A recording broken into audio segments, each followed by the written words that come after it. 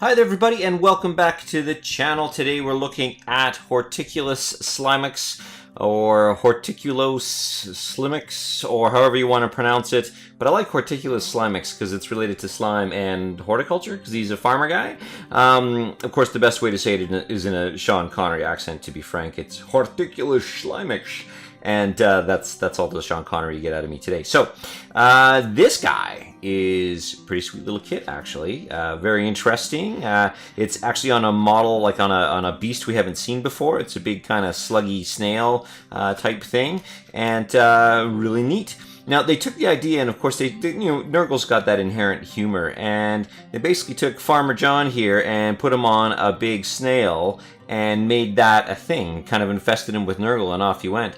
So the theme is very awesome. It's very unified, very Tim Burton. You can see with the tree and the little curly cues up at the top here that's growing off the top of the snail's back. The snail's name is Mulch, by the way. Also very, very cool and related to it. So let's take a look at the overall sculpt of the model now.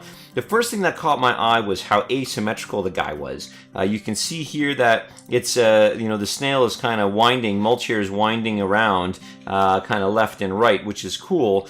Most of the, Primaris Marines and Nurgle stuff, it's got this kind of symmetry and balance to it, where this guy is completely asymmetrical, and I really like that as a concept, and it's different in terms of a direction from GW. Of course, we've got the kind of the decaying but really hard kind of carapace, the shell of the snail here, which is pretty sweet. You've got zombie heads, hanging off the back, because it wouldn't be that it wouldn't be a Nurgle model without zombie heads coming off. And I really like the fluff of the model as well. So basically, he just kind of travels around sowing the seeds of Nurgle, and you can see that he's tilling the soil in behind. I've built up the base a little bit here with some extra sand, so it looks like he's dragging this plow behind him and just kind of sowing the seeds of Nurgle. Lots of opportunity for like Nurgle's rot, coming off the slimy snail and all that. Really, really neat. Now, if we look at Horticulus himself, he seems like an awesome kind of guy. He's got a happy little Nurgling out in front of Mulch here, kind of goading him forward. Pretty cool. And then you've also got Horticulus himself, and he's got his little farmery tools. He's got an old hand that's, his little three-pronged rake there. He's got, a little digging tool in here made out of some random thing, tough to tell until he's primed. He's got his big shears at the top, and actually, it's that's kind of a cool weapon where he just lops people's head off. Kind of cool. But he's still got that Farmer John. Let's see if I can get it in here and see if the camera can focus. He's still got that Farmer John. He's chewing on his little bone pipe there. He's got his hand over the thing, surveying his fields there, and he just sounds like a guy off of the plains, and just kind of sowing the seeds of Nurgle everywhere. So I kind of expect him to be talking like that, and as I move him around the board, I may say such things. He's got his supplies in here as well. He's got his little bucket. He's got his little flask, for later. He's got his little Feed Me Seymour type plant here from the Rocky Horror Picture Show, which is pretty cool. I really like just the little details and the fun that they're really having with the models now.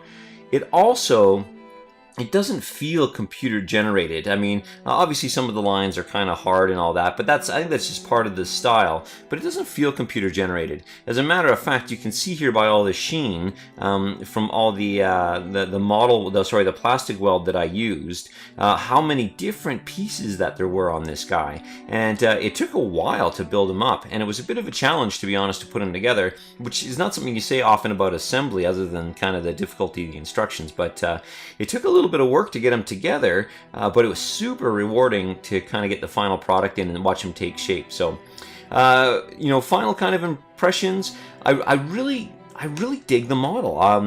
I don't tend to be really enthusiastic about some of the newer sculpts and stuff, but the asymmetry of it's really cool. The slug, or the snail, sorry, that we haven't really seen before, kind of being goaded on by the Nurgling. There's lots of humor, and they really took the theme of, Farmer John and did a bang-up job with it. So, really liking the model. I'm looking forward to painting it up. That'll be next. I've got a game coming up for a friend's birthday, and it's going to be one of the feature elements of that game. So you can find him in the Blight War box, which is not amazing if you got the Nurgle stuff, but I just organized a group by a friend of mine wanted the Stormcast stuff, another friend wanted the base Nurgle stuff, and I got Mr. Horticulus here. So that's it for the review. I hope it was of value to you guys. Obviously, if you like this type of thing, hit the like button. It gives me a big hint as to what you guys are looking for. It also helps get the video out there and the channel out there and all of that. And if you want to see more videos just like this, obviously hit that subscribe button. And there's a little notification button in there as well if you want to get all the notifications of all the future videos.